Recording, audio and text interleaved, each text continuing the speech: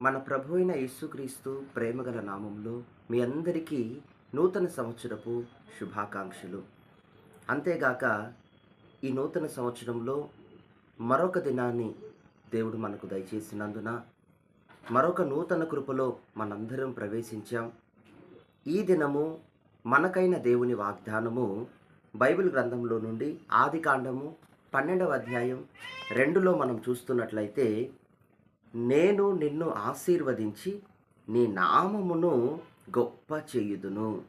అవును ప్రియ స్నేహితులారా, ఈ భూమి మీద ప్రతి మానవుడు, ప్రతి మనుష్యుడు తన పేరు, తన కుటుంబపు పేరు గొప్ప చేయబడాలని పోరాడుతూ పరిగెడుతూ ఉన్న ఈ తరుణంలో ఏకైక దేవునిగా శాశ్వతమైన నిబంధనతో, శాశ్వతమైన ప్రేమ చూపుచున్న ఏకైక దేవుడు ప్రభు అయిన యేసుక్రీస్తు.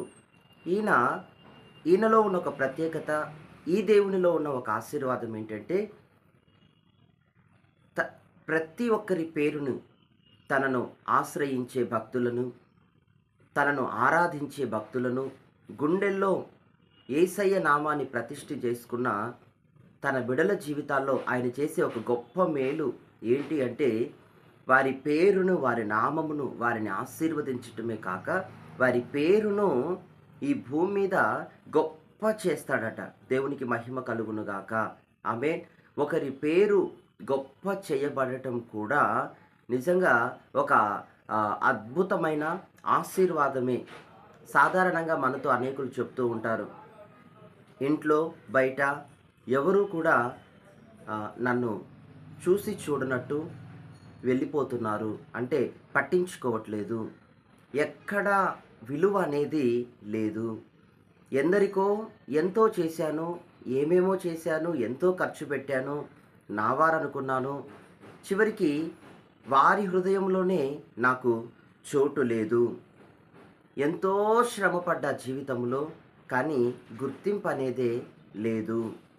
ఉద్యోగంలో, వ్యాపారంలో, పనిచేసే స్థలాల్లో ఏ విధమైనటువంటి గుర్తింపు లేదు అని నీవు బాధపడుతూ ఉన్నట్లయితే, ప్రభువు నీతో సెలవిస్తున్నటువంటి మాట, నీ పేరును, నీ నామమును దేవుడు గొప్ప చేయబోతూ ఉన్నాడట. తప్పకుండా మీరు చూడండి, మీరు బలంగా విశ్వసించండి. ఆయన తప్పక మీ జీవితంలో మీ పేరును, మిమ్మల్ని, మీరు చేస్తున్న సమస్త కార్యములను ఆయన పైకి తేబోతున్నాడు, వెలికి తీయబోతున్నాడు. చాలా గణనీయంగా దేవుడు మిమ్మలను స్థాపించబోతూ ఉన్నాడు. హల్లెలూయా. అందుకే వాక్యంలో మనం సెలవిస్తున్నట్లే, నిశ్చయంగా దేవుని చేత మనం గొప్ప చేయబడాలట. ఇక్కడ వస్తున్న ఒక సమస్య ఏంటంటే, మనకై మనం శారీరకంగా పోరాటం జరుగుతూ ఉంటుంది.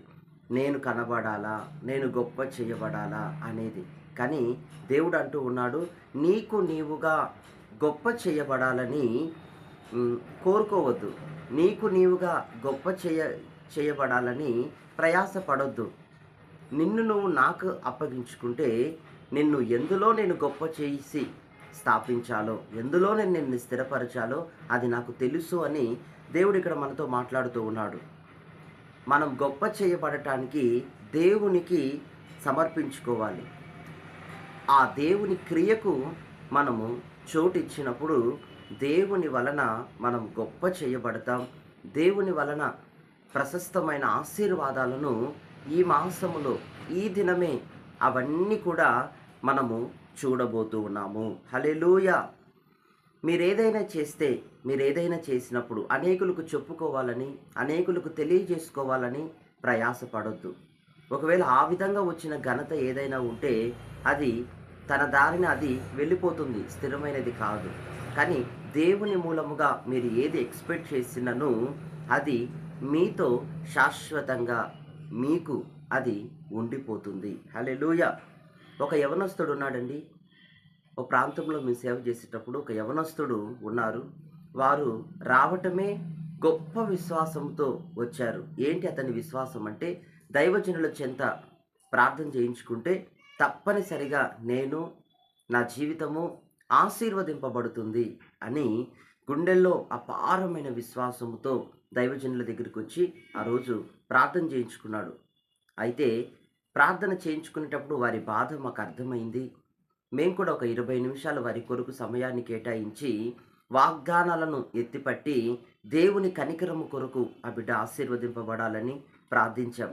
ప్రార్థించిన కొన్ని వారాలకే అతడు ఒక కంపెనీలో జాయిన్ అవ్వటం, అక్కడ తక్కువ శాలరీ అయినప్పటికీ కూడా అక్కడ నమ్మకత్వాన్ని, సాక్ష్యాన్ని అందరి దగ్గర తన విలువను కాపాడుకున్నాడు. దేవుని యందు భయభక్తులు గలవాడని నమ్మకస్తుడిని ప్రూవ్ చేసుకున్నాడు. ఆ తర్వాత అక్కడ నుండి ఆ కంపెనీకి ఎవరైతే హెడ్ ఉన్నారో వారి దృష్టిలో పడటం, వర్క్ కాదు గానీ నీలో నమ్మకత్వం నాకు నచ్చింది అంటూ మంచిగా అప్రిషియేట్ చేసి అధికారుల దృష్టిలోకి వెళ్ళటం, అధికారుల ద్వారా ఇంకొక కంపెనీ అట్లాగా ఈ రోజున చాలా ఒక పెద్ద వ్యాపారవేత్తగా మార్చబడి అతడు తన వ్యాపార సంబంధమైన సలహాలు ఇస్తూ ఉంటే అతని కంటే సీనియారిటీలో ఉన్నవారు, అతని కంటే గొప్పవారైన వ్యాపార సంబంధమైన వారు అలా నోరెళ్ళబెట్టి చూస్తూ ఉన్నారు. అతని సలహాలను తీసుకుంటూ ఉన్నారు. అంతగా దేవుడు అతనికి గుర్తింపును దయచేశాడు. ఈరోజు ఎంతోమంది అతనితో మాట్లాడాలనే అపాయింట్మెంట్ కోసం ఎదురు చూస్తూ ఉన్నారు. అంటే నిజంగా ఎవరి జీవితాన్నైనా ఎంతగానైనా దేవుడు లేవనెత్తే దేవుడు. ఆయన యొద్దకు వచ్చువాడు ఆయన ఉన్నాడని నమ్మితే చాలు. ఆవగింజంత విశ్వాసంతో వస్తే చాలు. దైవజనులు చేసే ప్రార్థనలు మీ కొరకు